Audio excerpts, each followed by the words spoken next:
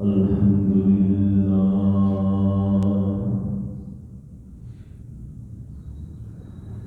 الحمد لله وكفى والصلاة والسلام على سيد الرسل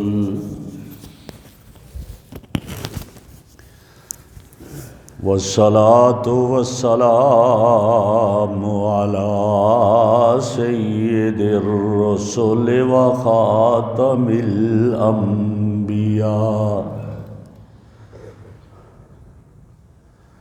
وعلى آله وأصحابه الذين أولي الدرجات العلى أما بعد فأعوذ بالله من الشيطان الرجيم بسم الله الرحمن الرحيم سبحان الذي أسرى بعبده ليلا من المسجد الحرام إلى المسجد الأقصى الذي باركنا حوله لنريه من آياتنا وقال رسول الله صلى الله عليه وسلم أنا سيد ولد آدم يوم القيامة ولا فخر صدق الله مولانا العظيم وصدق رسوله النبي الكريم ونحن على ذلك لمن الشاهدين والشاكرين والحمد لله رب العالمين اللهم صل على سيدنا ومولانا محمد وعلى آل سيدنا ومولانا محمد وأصحاب سيدنا ومولانا محمد وبارك وسلم علیہ۔ انتہائی قابل صد احترام بزرگوں اور عزیز دوستوں، سیرت النبی صلی اللہ علیہ وسلم کے مبارک عنوان پر ترتیب سے کئی مہینوں سے ہماری یہ گفتگو جاری ہے، اور گزشتہ جمعہ ہم معراج تک پہنچے تھے، اور معراج کے عنوان پر گزشتہ جمعہ میں نے معروضات پیش کی تھی، جن میں یہ عرض کیا تھا کہ آپ صلی اللہ علیہ وسلم کو مسجد حرام سے مسجد اقصیٰ تک لے جایا گیا، حضرات انبیاء علیہ السلام کی امامت کروائی، اور اس میں یہ بات ایک ذہن میں رہے کہ آپ صلی اللہ علیہ وسلم کے اس معراج کے واقعہ اور مسجد اقصیٰ کے آنے کی تصدیق مسجد اقصیٰ کے خادم نے روم کے بادشاہ کے سامنے کی کہ جب حضرات صحابہ کرام پر مشکلات تھی اور کچھ حضرات وہاں چلے گئے، تو اس وقت روم کے بادشاہ نے معلوم کرنا چاہا ہرقل نے، تو اس نے جو مشرکین مکہ کا ایک وفد وہاں تھا اور جس میں ابو سفیان بھی تھے جو ابھی تک ایمان نہیں لائے تھے، انہیں بلایا اور بہت سارے سوالات کیے۔ ان سوالات میں ایک یہ بات بھی تھی کہ کہا جی وہ کہہ رہے ہیں کہ میں مسجد حرام سے مسجد اقصیٰ گیا اور وہاں میں نے انبیاء کی امامت کروائی۔ تو اس وقت ہرقل کے سامنے ایک وہاں آدمی بیٹھا تھا جو مسجد اقصی کا خادم تھا۔ اس نے سوال کیا یہ کب کی بات ہے؟ کہا یہ فلاں وقت کی بات ہے۔ اس نے کہا ویسے میں مسجد اقصی کا خادم ہوں، اور اس رات میں دروازے بند کرنے لگا، ایک دروازہ جو ہے وہ نہیں بند ہوا۔ میں نے بڑی کوشش کی، لوگ جمع ہوئے، سب نے کوشش کی، نہیں بند ہوا، اور یہ سمجھے کہ شاید چھت اس پر بیٹھ گئی ہے تو کل اس کو ٹھیک کر لیں گے۔ اسی طرح کھلا رہا اور ہم چلے گئے، لیکن جب صبح آئے تو اندر تجلیات و انوارات بکھرے ہوئے تھے، اور دروازہ بھی کھلا بند ہو رہا تھا، آسانی سے کھل رہا تھا۔ تو شاید یہ وہی واقعہ ہے اور وہ آئے ہیں، اور اس کی میں بھی تصدیق کرتا ہوں۔ تو آپ نے وہاں انبیاء کی امامت کروائی، اور پھر وہاں سے مسجد اقصی کو آپ کو آسمانوں کی طرف لے جایا گیا، سدرۃ المنتہا تک آپ کے۔ اور جب آسمانوں کی طرف لے جایا گیا، پہلے آسمان پر جب جانے لگے تو جبرائیل امین ساتھ تھے۔ دستک دی جبرائیل امین نے، پوچھا من کون ہے؟ تو کہا انا جبرائیل، میں جبرائیل ہوں۔ آپ کے ساتھ کون ہے؟ کہا محمد صلی اللہ علیہ وسلم، میرے ساتھ محمد ہیں۔ میں پہلے بھی عرض کر چکا ہوں کہ نبی اکرم صلی اللہ علیہ وسلم یا قرآن کریم میں جو واقعات ہیں وہ جو بیان کیے جاتے ہیں وہ واقعات کی حد تک نہیں ہوتے، ان سے ہمیں لیسن اور سبق کیا ملتا ہے اس کو دیکھا جائے۔ یہاں جب جبرائیل امین نے دستک دی تو ایک سبق یہ ملا کہ آدمی کسی کے ہاں جاتا ہے تو دروازے پر دستک دے، اور دستک کون دے؟ آپ کے ساتھ جبرائیل امین ہے اور آپ صلی اللہ علیہ وسلم ہیں۔ جبرائیل آپ کے رہبر ہے، آپ کے ساتھ جانے والے، رہنمائی کرنے والے۔ تو پتہ چلا کہ رہبر دروازے پر دستک دے گا۔ ہمارے ہاں جماعت آئی ہوئی ہے، آتی رہتی ہیں جماعتیں، اور آپ نے دیکھا جو آپ لوگ یہاں والے بھی جب گشت پر جاتے ہیں تو گشت میں جو ایک رہبر ہوتا ہے وہ دروازے پہ دستک دیتا ہے، ہر ایک نہیں دیتا، امیر نہیں دیتا، بلکہ رہبر دستک دیتا ہے۔ تو یہ وہاں سے لیا کہ جبرائیل امین نے دستک دی، اور جب دستک دی تو پوچھا کون؟ کہا انا جبرائیل۔ کیا پتہ چلا؟ آدمی کو اپنا نام بتانا چاہیے۔ آپ علیہ السلام بیٹھے ہوئے ہیں، ایک شخص نے دستک دی، پوچھا کون؟ من؟ کہا آنا۔ فرمایا آنا کیا ہوتا ہے بھائی؟ نام اپنا بتایا کرو۔ اس لیے یہ پتا چلا کہ جب دروازے پر جاؤ تو دستک دو تو نام بھی بتاؤ کہ میں فلاں ہوں۔ کسی کو ٹیلی فون کر رہے ہو، ٹیلی فون کیا، یہ نہ کہا کرو ہاں جی پہچان لو کون ہے، میں ہوں، نہ اپنا نام بتایا کرو کہ میں فلاں بول رہا ہوں۔ تو اس کو کیا پتا وہ کہاں نام سے پہچان، وہ شکل سے پہچانتا ہے، وہاں تو تصویر بھی سامنے نہیں آتی ہے، صرف کہے جی میں ہوں آپ پہچان لو، یہ بات غلط ہے۔ اپنا نام ضرور بتانا چاہیے۔ تو یہاں جبرائیل امین نے اپنا نام بتایا اور کہا ساتھ میرے فلاں ہے۔ ایک اور بات معلوم ہوئی، اگر کسی کے ہاں تم جا رہے ہو دعوت پر بھی تو اپنے ساتھ جن کو لے جا رہے ہو بتایا کرو میرے ساتھ اور بھی آدمی ہے۔ دروازہ کھلا، تعارف کروایا، کیا کہا ہاذا ابنوں کا محمد، یہ آپ کا بیٹا محمد ہے، ہاذا ابو کا آدم، یہ آپ کا باپ آدم ہے۔ تعارف کروایا اور کہا سلام کرو۔ محمد عربی صلی اللہ علیہ وسلم نے سلام کیا، حالانکہ سب سے اعلیٰ اور عرفہ، تمام انبیاء میں سب سے افضل ذات امام الانبیاء صلی اللہ علیہ وسلم کی ہے۔ ادنا اعلیٰ کو سلام کرتا ہے، اعلیٰ ادنا کو سلام نہیں کیا کرتا، لیکن یا محمد عربی نے سلام کیا۔ اس سے ایک اور مسئلہ نکلا کہ جو باہر سے آنے والا ہے وہ اندر بیٹھے ہوئے کو سلام کرے گا، بھلے وہ بیٹھے ہوئے چھوٹے کیوں نہ ہو، آنے والا بڑا کیوں نہ ہو، آنے والے کو چاہیے کہ وہ چھوٹے کو سلام کرے۔ اور بیٹھے ہوا ہے اور کھڑے آ رہے ہیں وہ بیٹھے ہوئے کو سلام کریں، تھوڑے ہیں زیادہ کو سلام کریں۔ تو لہٰذا یہ سلام کا ایک مسئلہ اس سے معلوم ہوا، تعارف ہوا، تعارف کروایا گیا، آگے چلے۔ پھر دوسرے آسمانوں پر کسی پر حضرت یوسف سے ملاقات، حضرت عیسیٰ سے ملاقات، حضرت ہارون سے ملاقات، اسی طرح حضرت موسیٰ سے ملاقات، اور ساتویں آسمان پر حضرت ابراہیم علیہ السلام سے ملاقات ہوئی۔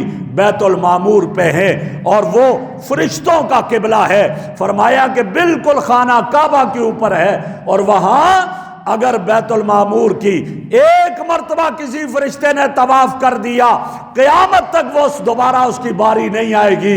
یہ صرف امت محمدیہ کا اعزاز ہے کہ سال میں کیا مہینے میں جتنی مرتبہ جاتے ہو طواف کرتے رہو، تمہارے لیے کوئی رکاوٹ نہیں ہے۔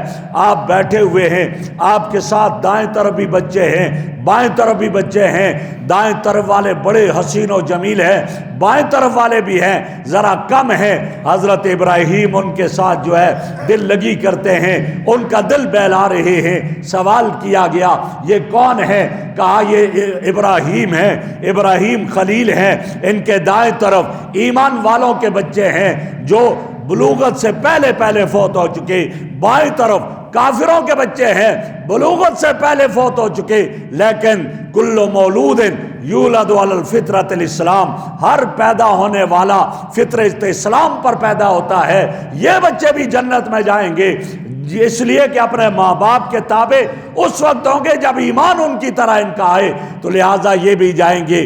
جب یہ تعارف ہوا سارے کا سارا، اور حضرت ابراہیم علیہ السلام نے فرما دیا اپنی امت کو میرا سلام کہہ دینا، امت کو سلام کہنا۔ علماء نے لکھا کہ ہم جو نماز میں درود ابراہیمی پڑھتے ہیں، اللہم صلی علی محمد وعلی آل محمد کما صلیت علی ابراہیم وعلی آل ابراہیم، یہ حقیقت میں اس سلام کا جواب ہو جاتا ہے جو ابراہیم علیہ السلام نے معراج کے موقع پر آپ صلی اللہ علیہ وسلم کے ذریعے امت کو سلام بھیجا، اور ایک پیغام بھی بھیجا، کہا محمد اپنی امت سے کہہ دو جنت کی زمین بڑی زرخیز زمین ہے، اعلیٰ زمین ہے چٹیل میدان۔ اگر کوئی شخص جنت میں باغ لگانا چاہتا ہے تو پھر وہ دنیا میں یہ ورد کیا کرے، سبحان اللہ، الحمدللہ، لا الہ الا اللہ، اللہ اکبر، سبحان اللہ وبحمدہ، سبحان اللہ العظیم، اس کا ورد کیا کرے۔ اسی لیے آتا ہے جو شخص سبحان اللہ اخلاص سے کہتا ہے، جنت میں اس کے لیے ایک درخت لگ جاتا ہے، اور وہ اتنا ہوتا ہے کہ 100 سال تک بھی عربی نسل گھوڑا دوڑتا جائے اس کا سایہ ختم نہیں ہوتا۔ یہ یہاں سے یہ تو آپ علیہ السلام کی انبیاء علیہ السلام سے ملاقاتیں ہوئیں، اور پھر سدرۃ المنتہا پر جب پہنچے، سدرۃ المنتہا اس مقام کو کہا جاتا ہے منتہا، انتہا کی جگہ، کہ نیچے والے وہاں تک جا سکتے ہیں، وہاں سے اوپر نہیں جا سکتے، اوپر والے نیچے وہاں تک آ سکتے ہیں، وہاں سے نیچے نہیں آ سکتے، اس لیے اس کو منتہا کہا جاتا ہے۔ تو وہاں جبرائیل، میکائیل، اسرافیل، عزرائیل یہ وہاں تک جا سکتے ہیں، زمین والے فرشتے وہاں سے اوپر نہیں، اور اللہ کا عرش اٹھائے ہوئے جو فرشتے ہیں وہ وہاں تک آ سکتے ہیں، وہاں سے نیچے نہیں۔ جب وہاں پہنچے اب جبرائیل امین کیا کہتے ہیں، یا رسول اللہ یہاں سے آگے تو میں نہیں جا سکتا ہوں، آگے بڑھوں گا پر جل جائیں گے، اب یہاں سے آگے آپ نے اکیلے جانا ہے۔ اسی لیے کہنے والوں نے کہا دو بڑے عجیب سفر ہیں، ایک ہجرت کا سفر ہے، ہجرت کے سفر کا ساتھی ابو بکر ہے، اور معراج کے سفر کا ساتھی وہ فرشتوں کا سردار جبرائیل امین ہے۔ لیکن جبرائیل نے آدھے راستے میں ساتھ چھوڑ دیا، آگے نہیں جا سکا کہ آگے بڑھوں گا پر جل جائیں گے۔ ابو بکر وہ ہے جس نے میرے نبی کا ساتھ نبھایا، اور صرف یہی نہیں کہ ہجرت کے ساتھ میں ساتھ رہا سفر میں، بلکہ آج غار میں بھی اس وقت ساتھ رہا، آج مزار میں بھی ساتھ ہے، اور کل مزار سے اٹھے گا تو جنت میں بھی ساتھ جائے گا۔ یہ سفر کا ساتھی تھا جو آخر تک ساتھ رہا۔ اب جبرائیل امین یہاں سے آگے نہیں جا سکتے، سواری بدل گئی، وہاں تک تو براق سواری تھی، اب یہاں سے رف رف سواری لائی گئی، رف رف ایلیویٹر جیسے اوپر جائے، اب وہ سواری اس پر سوار ہوئے۔ فرماتے مجھے میرے رب نے اپنی تجلیات کی لپیٹ میں لے لیا، اور یوں آواز آتی ادنو منی ادنو منی، میرے قریب کر دو۔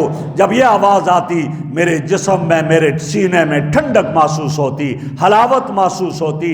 کہتے میں وہاں پہنچ گیا جہاں کوئی اور نہیں جا سکا، کوئی نبی نہیں جا سکا، کوئی فرشتہ نہیں جا سکا۔ فکان قاب قوسین او ادنا، بالکل قریب ہو گئے۔ اپنے رب کو فرمایا میں نے 2 مرتبہ دیکھا ہے، اور وہاں رب کا دیدار ہوتا ہے، اور جب دیدار اور ملاقات ہوتی ہے سوال ہوتا ہے میرے محمد میرے لیے کیا تحفہ لے کر آیا۔ جب مہمان میزبان کے ہاں جاتا ہے تحفہ لے کر جاتا ہے، محب محبوب کے ہاں جاتا ہے تحفہ لے کر جاتا ہے، اور تحفہ بھی وہ ہوتا ہے جو کسی اور کے پاس، اس کے پاس پہلے نہ ہو۔ تو میرا محبوب میرے رب کے پاس تحفہ کیا لے کر گیا جو میرے رب کے پاس نہیں تھا؟ وہ کیا تھا؟ وہ تواضع، وہ عاجزی، وہ عبادت کا تحفہ تھا۔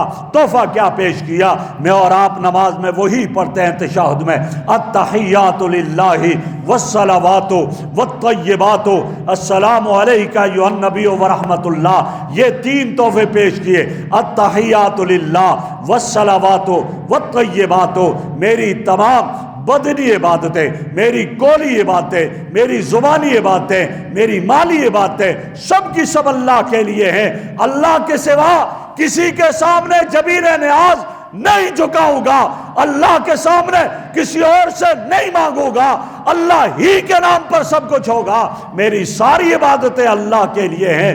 جب یہ تحفے پیش کیے تو رب نے بھی تحفوں کا تبادلہ کیا۔ میرے محمد آج میں بھی آپ کو تحفہ دینا چاہتا ہوں، یا اللہ وہ کیا تحفہ ہے جو محمد عربی کو دیا جا رہا ہے؟ جواب ملا السلام علیکہ ایھا النبی ورحمۃ اللہ وبرکاتہ۔ 3 تحفے جواب میں مل گئے۔ کیا ملے؟ فرمایا سلامتی ہو اے نبی آپ پر، ورحمت اللہ، اللہ کی رحمتوں تیرے اوپر نازل ہوں، وبرکاتہ، اللہ کی برکتیں تجھ پر نازل ہوں۔ جب یہ 3 چیزیں رب نے دی، اپنے محبوب کو عطا کی، جب محبوب کو عطا کی، محبوب کی عظمت کو دیکھیے، ایسا محسن کائنات میں کوئی نہیں آج تک آیا کہ رب کے سامنے بیٹھا فکان قاب قوسین او ادنا۔ لیکن کیا ہے کہ اللہ نے جب یہ 3 نعمتیں دی، جواب میں کیا کہا؟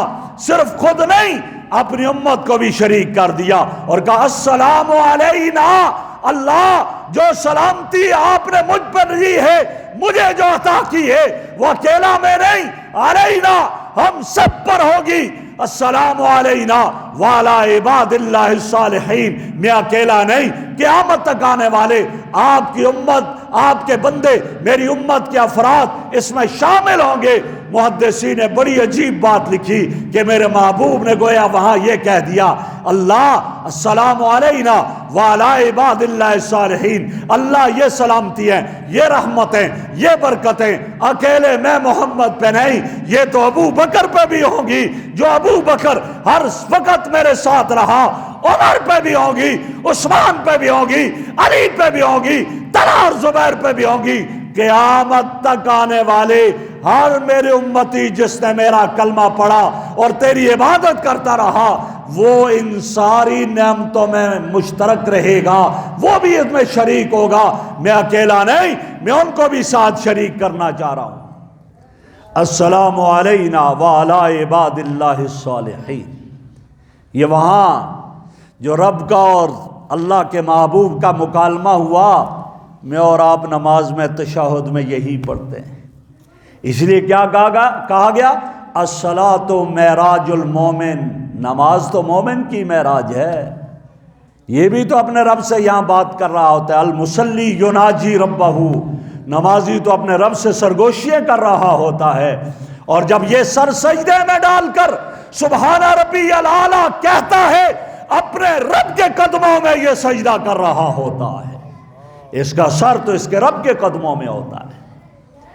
آپ معراج پر ہیں، فرماتے ہیں مجھے اللہ نے یہاں 3 تحفے عطا کیے، اور وہ کیا تحفے تھے؟ فرمایا ایک تحفہ مجھے عطا کیا گیا، وہ تحفہ سورہ بقرہ کی آخری آیات، آمن الرسول بما انزل الیہ من ربہ والمؤمنون کل آمن باللہ وملائکتہ وکتبہ ورسلہ لا نفرق بین احد من رسلہ وقالوا سمعنا واطعنا غفرانک ربنا والیک المصیر، آخر تک ہے۔ اس میں جہاں ایمانیات کا ذکر ہے وہاں اللہ سے مانگنے کا بھی ذکر ہے، وہاں اللہ سے مانگنے کا بھی ذکر ہے۔ اللہ مجھ پر اتنا بوجھ نہ ڈالنا جو میں برداشت نہ کر سکوں، وہاں اللہ سے مانگنے کا ذکر ہے، دعا بتا دی گئی، یہ آخری یہ آپ کو عطا کی سورہ بقرہ کی آیات تحفے میں دی گئی، اسی لیے فرمایا ان کو پڑھا کرو، یہ وہ تحفہ ہے جو وہاں سے ملا ہوا ہے۔ دوسرا تحفہ کیا ملا؟ فرمایا شفاعت کبریٰ کا تاج میں محمد کے سر پہ سجایا گیا۔ شفاعت کبریٰ کا تاج کل قیامت کا دن ہوگا، ہر شخص نفسی نفسی پکار رہا ہوگا، ہر نبی بھی نفسی نفسی پکار رہا ہوگا، اس وقت میرے اور آپ کے آقا امام الانبیاء نفسی نفسی نہیں، امتی امتی پکار رہے ہوں گے، ہر ایک نفسی نفسی پکار رہا ہوگا۔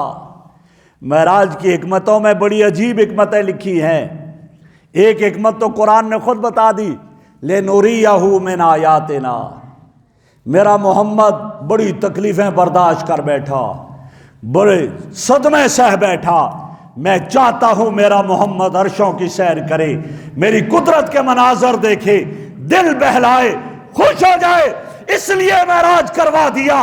اور دوسری حکمت علماء نے ایک اور بڑی عجیب لکھی، فرمایا محمد سے ملاقات تو فرش والے کر رہے تھے، فرشتے بھی تڑپ گئے، عرشوں والے بھی تڑپ گئے، اللہ ہم بھی محمد کو دیکھنا چاہتے ہیں جو تیرا سب سے بڑا محبوب ہے، تو رب نے فرما دیا میرے محمد کو عرشوں پر لے آؤ تاکہ ساری مخلوق اس کا دیدار کر لے۔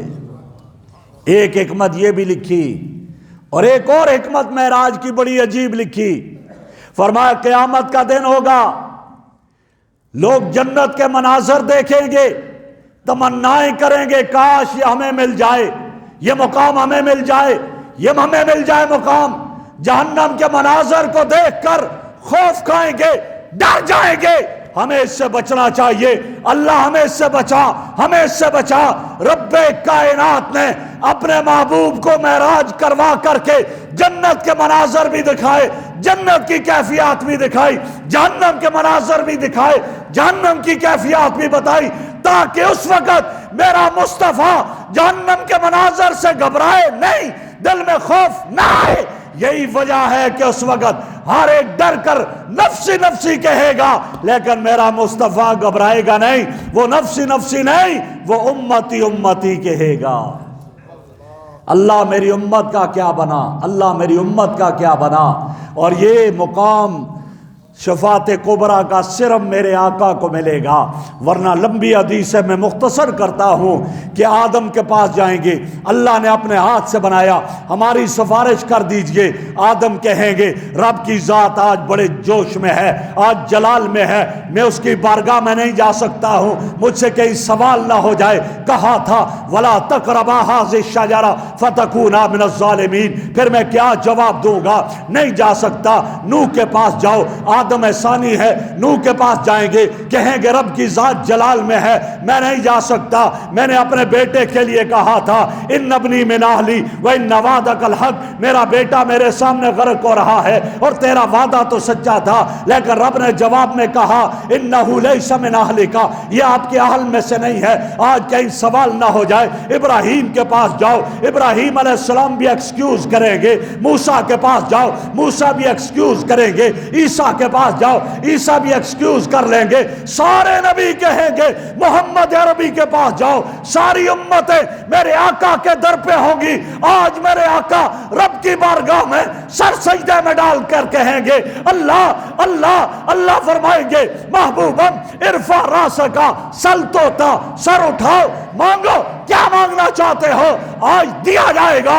اس وقت میرے آقا کہیں گے اللہ آج حساب و کتاب ہو جائے، جنتی جنت میں، جہنمی جہنم میں چلے جائے، آپ کی سفارش قبول ہوگی، حساب و کتاب ہوگا، حساب لینے والا خود میرا رب ہوگا، لاؤ کسی کو آگے لاؤ، حساب شروع ہو۔ آدم سے عیسیٰ تک کسی نبی کا کوئی صحابی آگے نہیں بڑھے گا، میرے آقا ابو بکر کو ہاتھ سے پکڑ کر آگے کریں گے، آ میرے ابو بکر آج حساب دے، سلسلہ شروع ہو، صدیق اکبر آگے آئیں گے، میرا رب کہے گا ابو بکر آج تو آگے آیا، میرے محمد اس کو آگے کیا جس کے بارے میں تو نے کہا تھا اللہ سب کے حق ادا کر چکا ہوں، ابو بکر ایسا ہے جس کے حق تو ہی ادا کرے گا، میں نہیں کر سکتا، جا میرے ابو بکر بغیر حساب و کتاب کے جنت میں داخل ہو جا۔ جنت کے سارے دروازے پکار پکار کر کہوں گے ابو بکر مجھ سے داخل ہو جا، ابو بکر مجھ سے داخل ہو جا۔ یہ شفاعت کبریٰ، اس لیے فرمایا انما انا قاسم واللہ معطی، اللہ دینے والا تقسیم کرنے والا میں محمد ہوں۔ شفاعت کبریٰ کا تحفہ ملا، اور تیسرا تحفہ کیا ملا؟ 50 نمازیں، 50 نمازیں تحفے میں ملی، 50 ملی اور 5 رہ گئی۔ یہ نمازیں کیوں ملی تحفے میں؟ اس کے بارے میں کبھی نہیں سوچا ہوگا۔ اللہ جزائے خیر دے محدثین اور مفسرین اور ان بڑے اکابر کو، انہوں نے ایک ایک بات کو نکال کر بیان کر دیا۔ فرمایا 50 نمازیں کیوں ملی؟ یہ نماز تحفے میں کیوں ملی؟ فرمایا میرے مصطفیٰ جب معراج پر گئے، پہلے آسمان پر دیکھا فرشتے عبادت کر رہے سارے قیام کی حالت میں، دوسرے آسمان پہ دیکھا رکوع کی حالت میں ہے، تیسرے آسمان پہ دیکھا سجدے میں ہے سارے عبادت کر رہے، چوتھے آسمان پر دیکھا سارے تشہد میں عبادت کر رہے ہیں، پانچویں آسمان پر دیکھا سب کی نظریں سجدے کی جگہ پر ہیں، چھٹے آسمان پر دیکھا سب کی نظریں اپنے پاؤں کی جگہ پر ہیں، اور 7ویں پہ دیکھا سب کی نظریں گود میں ہیں۔ میرے محبوب نے اللہ سے درخواست کی اللہ یہ فرشتے جو پہلے آسمان سے 7واں آسمان تک اتنی عبادتیں کی ہے، میرے رب میری امت کر مجھے وہ عبادت عطا کر دے جو تمام فرشتوں کی عبادتوں کا مجموعہ ہو۔ میرے رب نے سب فرشتوں کی عبادتوں کا مجموعہ میرے محبوب کو عطا کر دیا، اور وہ نماز ہے، نماز ہے۔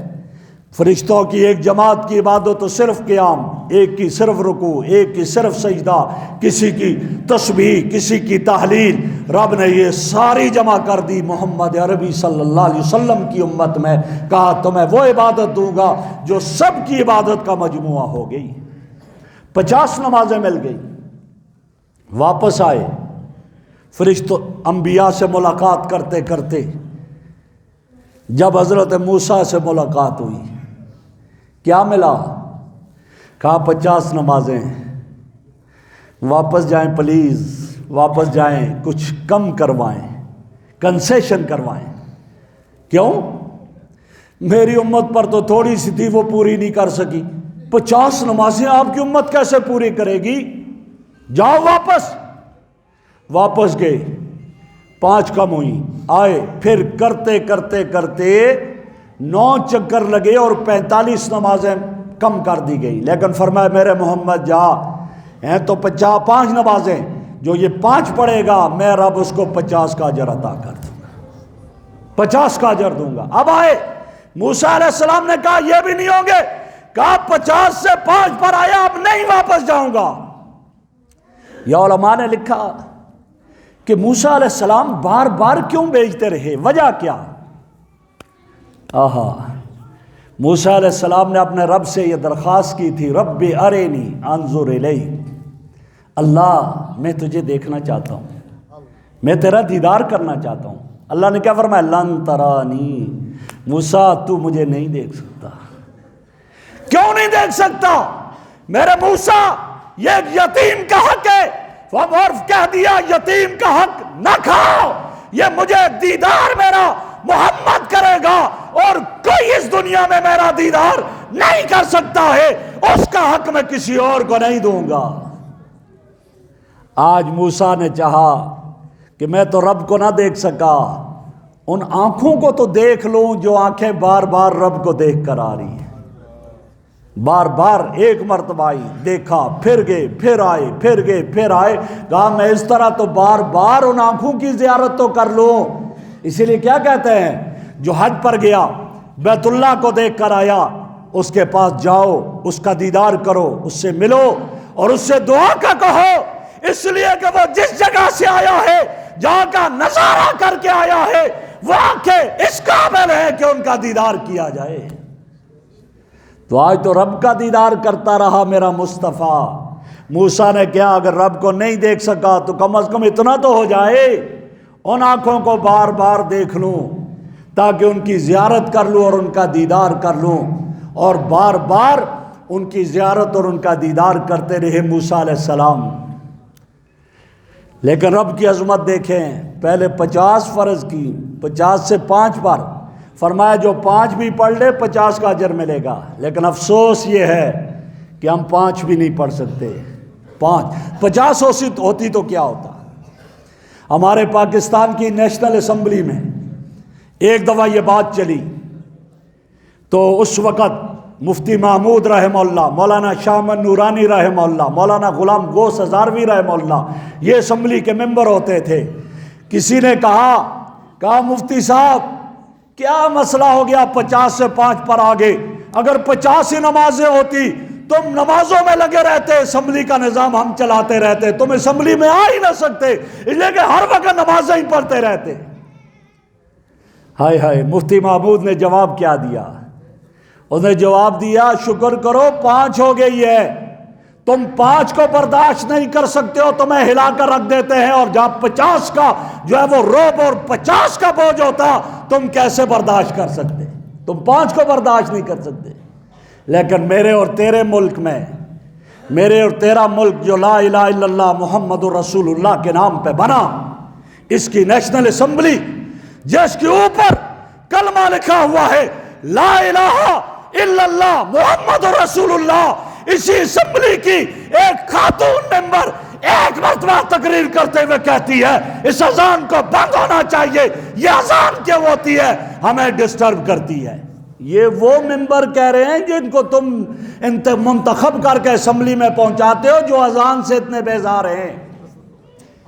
پھر آپ سوچیں کیا بنے گا؟ پھر رب کی طرف سے تو یہی کیفیت ہوتی ہے، پھر اللہ کی مار نہ ہو تو اور کیا ہو؟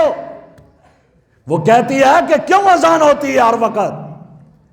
اذان جس جگہ ہوتی ہے وہاں رب کا عذاب آیا ہوا ٹل جاتا ہے۔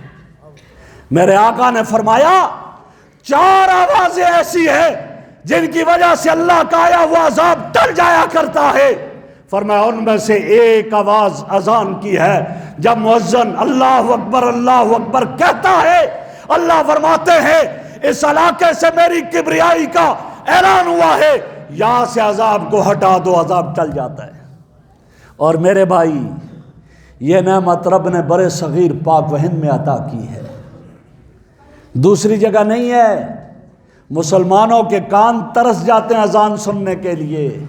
میں نے پہلے بھی کہا میں امریکہ میں رہا ہوں بہت عرصہ، لیکن وہاں مسجدوں کے مینار نہیں ہے، باہر اذان نہیں ہوتی ہے، وہاں مسجد کے اندر ہی اذان ہوتی ہے، اور لوگ کیا انہیں پتہ ہے نماز کا وقت کیا ہے، اس وقت پر آ کر وہ نماز پڑھتے ہیں، وہ ترس جاتے ہیں۔ اور یہاں جب مسجد کے مینار سے اذان بلند ہوتی ہے، گھر میں بیوی بھی اپنے شوہر کو جگاتی ہے، اٹھ جا نماز تو پڑھ کر آ جا۔ یہاں گھر کی عورتوں کو بھی پتہ چلتا ہے یہ نماز کا وقت ہے، یہ ظہر کا وقت ہے، یہ عصر کا، یہ مغرب، یہ عشاء کا وقت ہے۔ ان ملکوں میں کسی کو پتہ نہیں ہوتا کون سی نماز کا وقت ہے، لیکن ہے پھر بھی وہ پکے نمازی ہے۔ یہاں اذان کی آواز سن کر بھی نہیں آتا، وہاں پھر بھی مسجدیں بھری ہوتی ہیں، اذان کی آواز نہیں آتی، پھر بھی مسجدوں میں پہنچے ہوتے ہیں۔ کیوں؟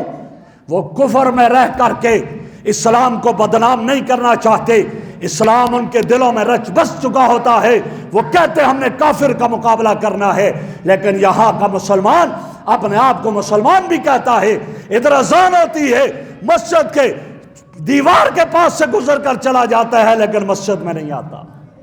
افسوس ہوتا ہے اس پر۔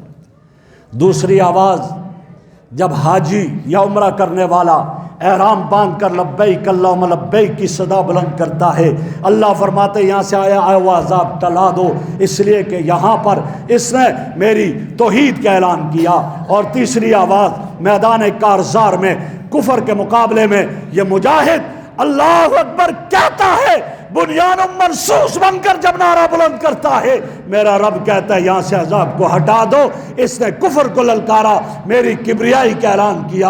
اور چوتھی آواز جب رات کا وقت ہے، سارے سو گئے، ظالم بھی مزے سے، شرابی بھی مزے سے، زانی اور ظالم بھی مزے سے سو گئے، فیصلہ ہوا آج یہاں پر عذاب آئے، ان کا نام و نشان مٹا دیا جائے۔ اس علاقے میں وہ چھوٹے چھوٹے معصوم بچے مدرسے میں پڑھنے والے، وہ پڑھنے والی چھوٹی چھوٹی بچیاں تہجد کے وقت اٹھی، وضو کیا، انہوں نے تہجد کی نماز پڑھی، قرآن سامنے رکھا، تہجد کے لیے اٹھے تھے، قرآن کی تلاوت کرنے لگے، ادھر گرتا ہے ادھر گرتا ہے، نیند بھی آ رہی ہے، توتلی زبان سے قرآن پڑھ رہا ہے، یہ قرآن کی صدا رب کی عرش سے ٹکراتی ہے۔ اللہ فرماتے ہیں فیصلہ تھا اس بستی پہ عذاب آ جائے، لیکن یہاں آج میرے قرآن کی تلاوت ہو رہی ہے، صدائیں بلند ہوئی ہے، ان کے صدقے میں آج یہاں سے عذاب کو ہٹا دو۔ اس لیے ان مدارس کو اپنے محسن سمجھو، بوجھ کبھی نہ سمجھو، ان طلباء کو دیکھ کر کبھی غصہ نہ کرو، ناراض نہ ہو، خوش ہو جایا کرو، یہ بڑے آپ کے محسن ہیں، ان ٹھیک ہے گناہگار صحیح، چھوٹے تو معصوم بچے ہیں، ان معصومیت کی وجہ سے میرا رب عذاب کو وہاں سے ہٹا دیتا ہے۔ تو بہرحال میری بات یہاں پہنچی کہ موسیٰ علیہ السلام نے کہا جاؤ، فرمایا نہیں، 50 کے بجائے 5 نمازیں ہو گئی۔ آگے کیا سلسلہ ہوا بشرط زندگی انشاءاللہ آئندہ جمعہ جو میں نے عرض کیا، اللہ مجھے اور آپ کو عمل کی توفیق عطا فرمائے۔ وآخر دعوانا ان الحمدللہ رب العالمین۔